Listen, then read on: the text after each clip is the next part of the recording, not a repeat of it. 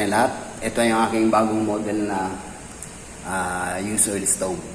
Bali, binalikan ko ito. Matagal na rin ako hindi nakakapag-upload ng used oil stove. So ngayon, may bago akong disenyo. Ito siya ngayon.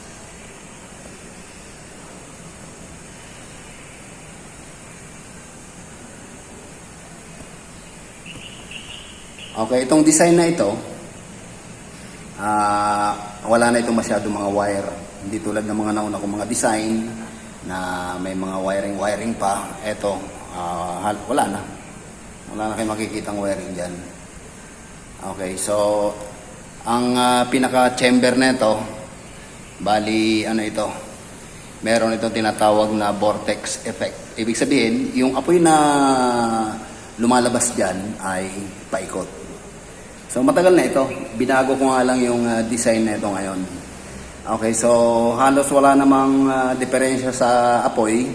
Ang kaibahan lang na ito, napaka-handy na niya. Kaya kung mapapansin nyo, wala na mga wiring yan.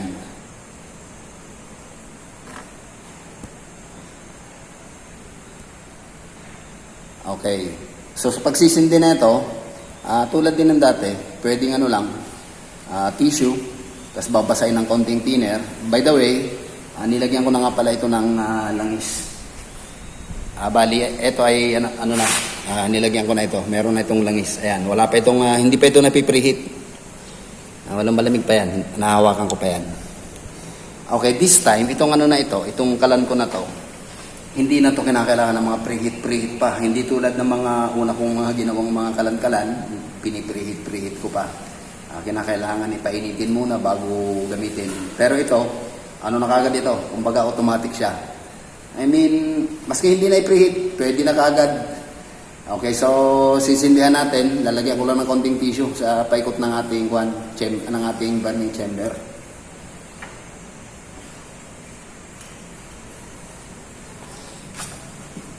Then, kapirasong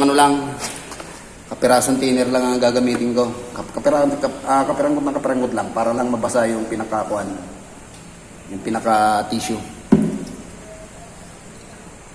Yan, okay na yan. Tapos, pwede na natin sindihan yan. Tissue rin lang ang pangsisindi ko. Maski maliit lang. Buhuhulog ko lang doon. Para makapagsimula na tayo. Para makita na natin yung performance na ito. Okay. So, nagsisimula nang mag-circulate yung apoy niyan. Meron itong tinatawag na vortex effect. So, ayan. Malamig pa yan, na hinahawakan ko ng kamay. Kasi simula lang niya mag-sindi. Okay. So, kung mapapansin ninyo, hinahangin niya lang. Medyo umiikot yung apoy natin dyan. Yan. Medyo maalimbukay na yan. Medyo paikot yung apoy na yan. Ayan, nagsisimula na magkulay blue. Dito tayo para maharangan natin yung hangin. Masyado kasi mahangin. Ayan, kung mapapansin nyo, siya may bluish na effect. Then ang kagandahan na ito, tignan nyo ang mangyayari kapag sinalangan natin yan ng kawali. Ito yung ating kawali. Tignan nyo kung ano mangyayari sa apoy.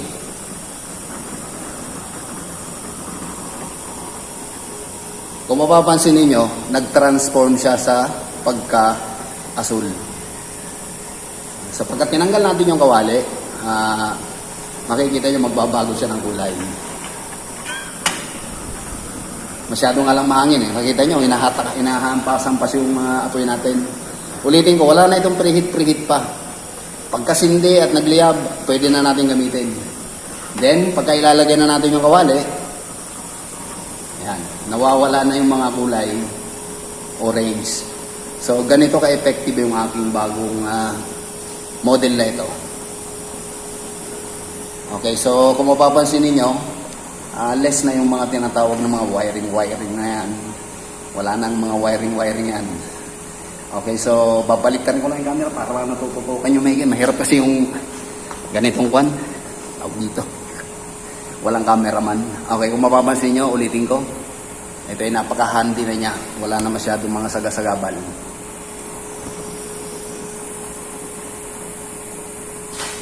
ikutin natin.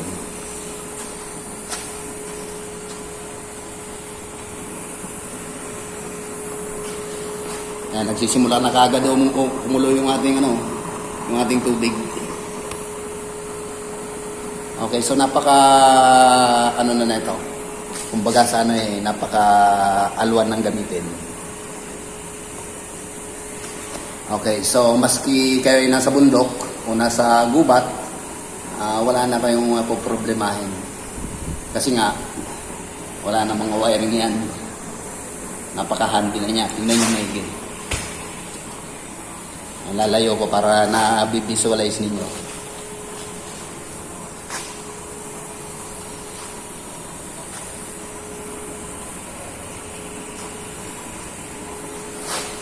Ito lang yung mga kasagaban dyan. Tanggalin natin itong use oil.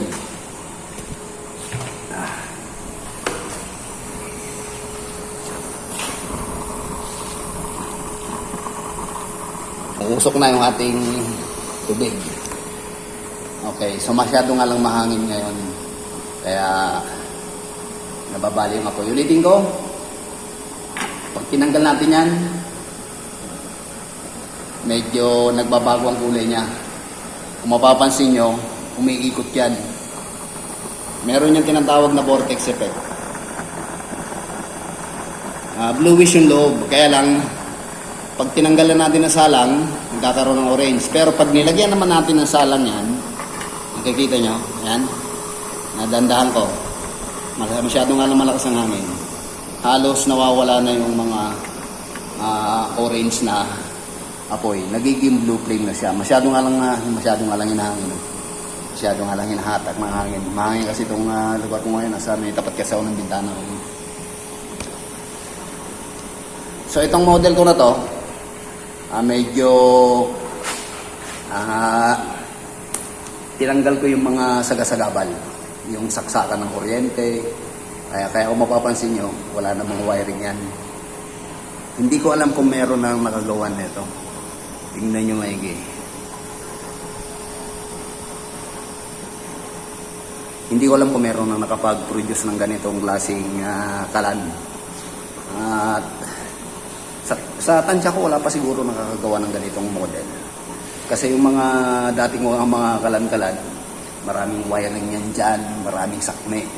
Makikita nyo yung saksakan, puproblemahin pa. Ngayon na ito ay hindi na. Wala na kayong makikitang wiring dyan.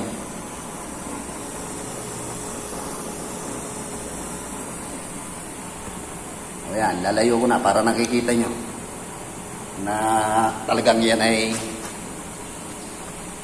malinis, madaling dalhin, at kahit saan, kahit kayo nasa bundok, kahit kayo nasa gubat, kahit kayo nasa bukid, makakapagluto na kayo ng walang masyadong hassle. Lalong-lalo na kapag kayo ay tawag dito, wala kayong kuryente o hindi available yung power supply. So yan, ang aking bagong gawa ngayon na kalan. Makalimbo kayo na yung makasang kulo.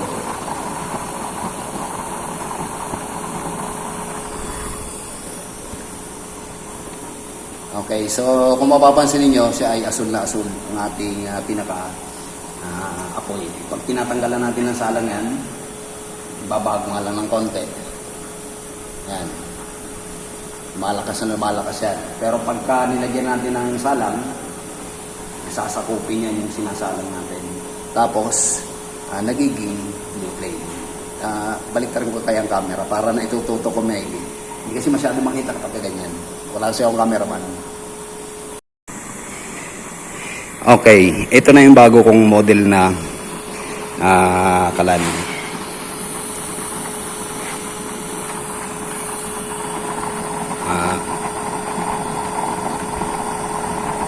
Ayan na siya. Masyado nga lang mahangin tong lugar ko. Ayan, makikita nyo, naglalampasan yung apoy. Pero blue flame yan. Ayan o. Kung mapapansin nyo yung apoy natin, parang umiikot yan. May vortex effect nga. Kung ang tawag ko nga dyan na may vortex effect.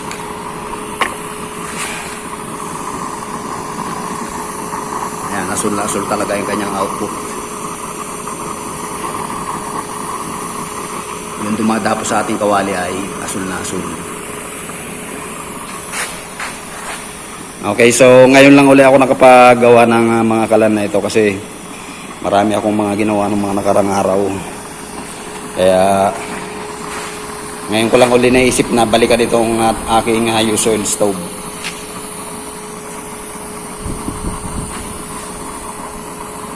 Kung mapapansin nyo, talaga malakas ang hangin nyo dito.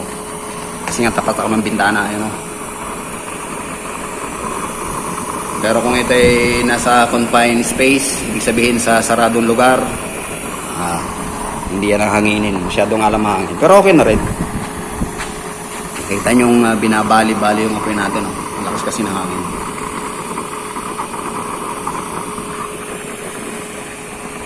Okay, so babalikan ko itong mga use oil stove ko. Kasi natigil ako rito eh. Gawa ng medyo marami akong mga inasikaso noon.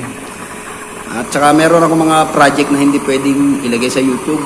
Yung isang channel ko, na-warningan nga ako. Mahirap na sabihin, hindi ko na sasabihin kung ano yung aking content. So ayan, dire-diretso talaga yung kanyang pag-aapoy.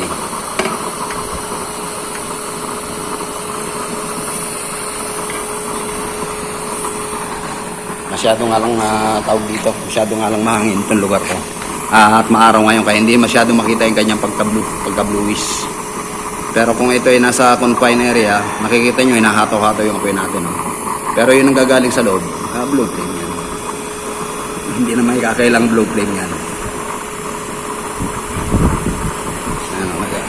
Nag-ahanginan talaga. Pero okay lang. So ito yung aking bagong model ngayon.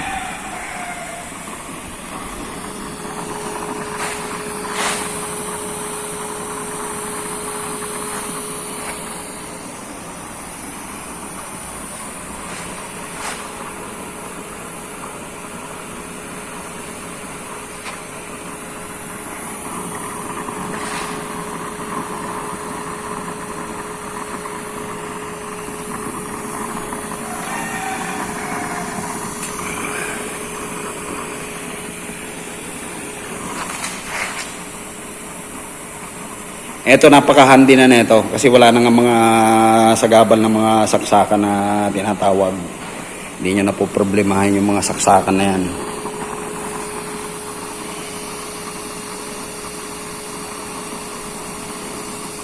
Wala na itong mga wire sa ilalim mo. Yan, walang wire yan ha. Wala kayong makikitang wire dyan. Hindi ko lang alam kung meron na itong nakapaggawa ng ganitong model.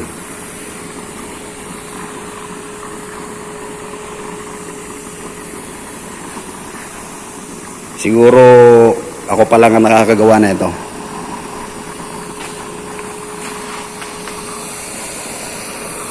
Ayan, makikita nyo, asul-asul yung ating output.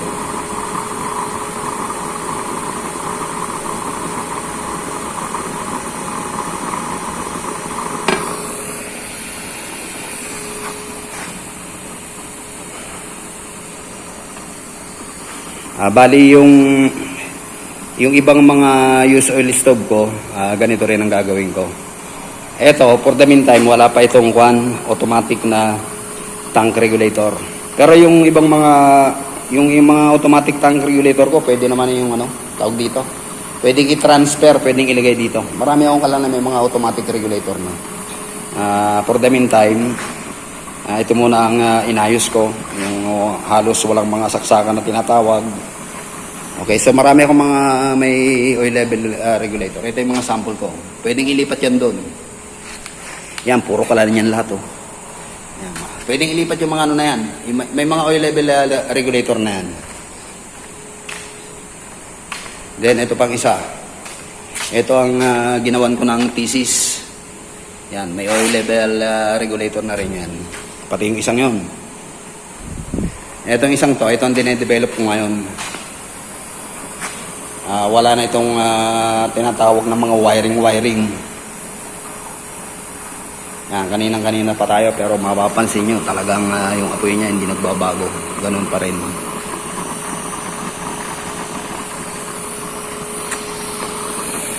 Talagang mapapansin nyo, asul na asul talaga yung kulay ng asul na apoy natin.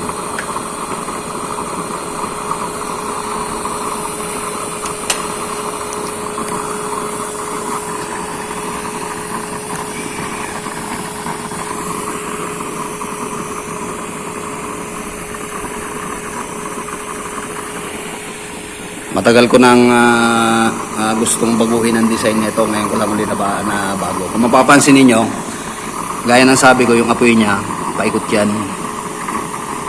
May vortex effect yan kapag tinanggal natin. Umiikot yung apoy natin dyan.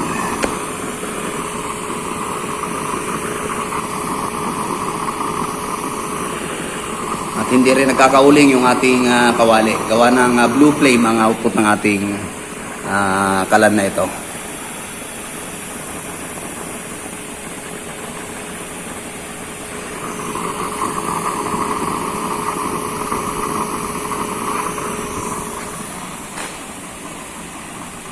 Okay, so sa pagpatay, ito lang nang ginagamit ko dyan. May kapiraso lang ako na lata. Itataklob lang. Then, shutdown na yan. Okay, mamaya, ipapakita ko kung paano siya shutdown. Okay, so, ito ngayon ang aking bagong model. So, napaka-handy. Walang mga wire-wire na mga sagabal. Kumbaga para lang siya nakahubad.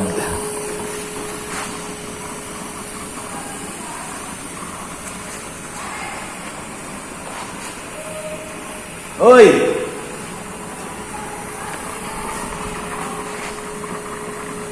Okay. So ito ngayon yung aking pinagkakabalahan ngayon.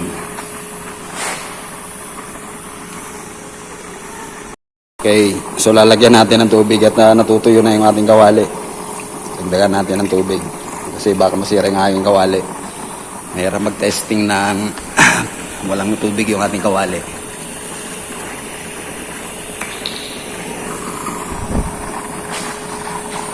So yan ang ating kuwan ngayon, ating experiment. Ngayon kung magdadagdag kayo ng tawag dito ng langis, pwedeng dito maglagay kasi hindi ko pa nga hindi ko pa nga nailalagay yung automatic oil regulator natin. Pwede naman po unti-unti lang, hindi naman yung maski naman mabigla yan, ganyan lang karami nilagay ko. Tatagal na naman niya maski mga 5 minutes. Sa unang paglalagay ng langis, kasi mabibigla siya, mapapansin ninyo, lalaki yung apoy dati niya kasi nilagyan natin ng langis. Pero mag-i-stable din yan. I mean, babalik din yan sa dati niyang performance. Bagong lagay yan kaya lumalaki yung apoy natin. Then pagka nainitan na yung nilagay natin na langis, dahan-dahang magiging asul na yan. Lalo na kapag sinalangan na natin. Mawawala na yung mga orange na yan pagka nilagay na natin yung ating salang. Totally na siya, asul na talaga. So blue flame na yan. Dinry run ko lang kasi ito, hindi ko na nilagyan ng patak-patak na yung may napatak dito. Hindi naman kasi masailan tong aking kalan na ito. Basta't magkaroon ng langis sa kanyang chamber, dito sa chamber niya, hindi siya masailan. Basta konting-konti lang yung laman niyan, kaya niya mag-apoy, kaya niya magbigay ng magandang klaseng apoy, kaya niya magpa-blue.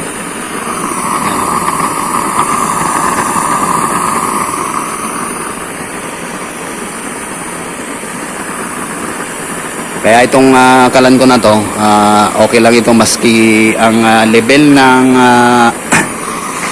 ng tawag dito ng langis ay mga maximum na nilalagay ko diyan ay 10 mm sa kanyang chamber, maximum yun. Pero maski 2 mm lang, kaya niya mag-produce ng ganyang klaseng apoy. Ibig sabihin, mula rito sa chamber na ito, maximum 10 mm hanggang dito lang. Hindi na ako nagdadagdag pa ng mahigit 10 mm dyan. Kasi yung aking kwan dyan, yung aking pinaka-nozzle ay napakababa. Halos, ano lang, halos 12 millimeters lang yata o 10 millimeters lang. Hindi ko na nasukat. Tignan nyo maigi yung lakas ng kulog. Hindi nyo mapapansin yung aking ano dyan, yung aking nozzle. Napakababa ng aking nozzle dyan.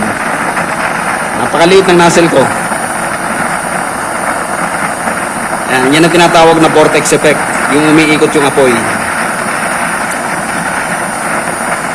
Kasi kapag lumampas ako sa 10 millimeters, malulunod yung aking pinaka-nozzle. Hindi nga lang masyadong visualize yung aking nozzle dyan.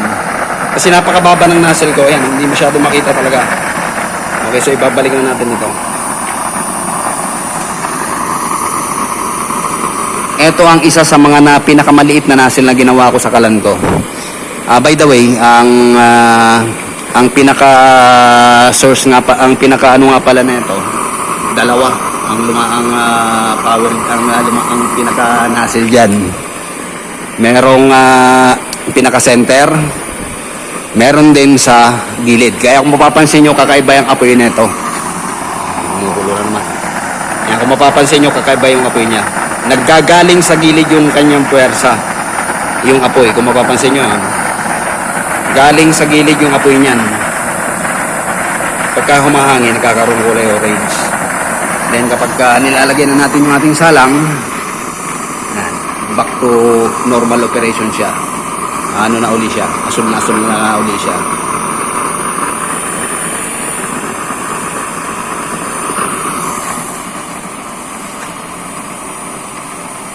Okay, so napaka simple lang na itong kuha na ito. Napaka simple lang niya tignan.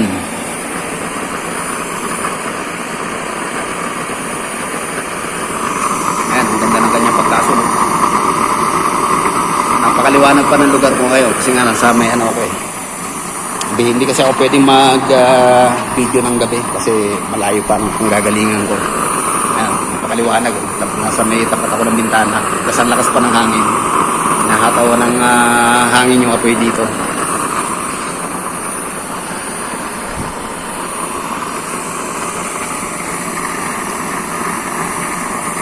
Kaya okay itong kalan na ito.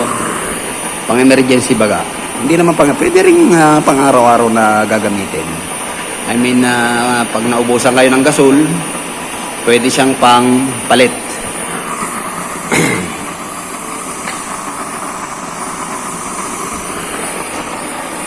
Pang alternative sources, kumbaga. Ngayon, pwede rin pwede nyo pang araw-arawin din. At saka mahina lang ang maintenance na ito. I mean, walang masyadong maintenance sa ganitong klaseng mga kalan eh. Kasi hindi ito kakalawangin, gawa ng langis naman ang pinanggagalingan ng kanyang source. Kaya hindi siya masyadong kakalawangin. Ang pinaka-maintenance lang nito, lagi lang lilinisin yung burning chamber. Yun lang naman pinaka-maintenance niya. Lilinisin lang naman. Dali lang naman maglinis.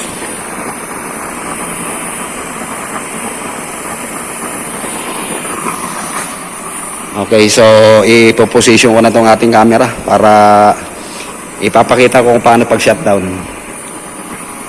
Okay, so sa pag-shutdown nga pala, gaya ng sabi ko, magkaroon lang kayo ng ganyan lata, okay na yun. Shutdown na yan. Okay, so shutdown na natin ito.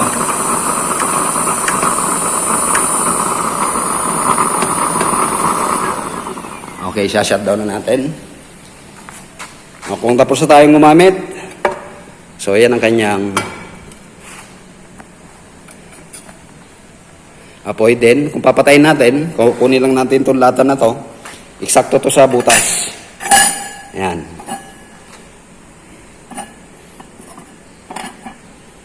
Okay. So, kung mapapansin nyo, walang usok na lumalabas. Kasi eksaktuhan nyo lang yung aking ginawang pantakip dyan. So, wala kayong maamoy dyan na medyo ayaw ng kapitbahay. Amoy lang is na nasusunog. So, magawa lang kayo ng kaperasong lata, then pwede nang takpan yan, then yan, okay na yan.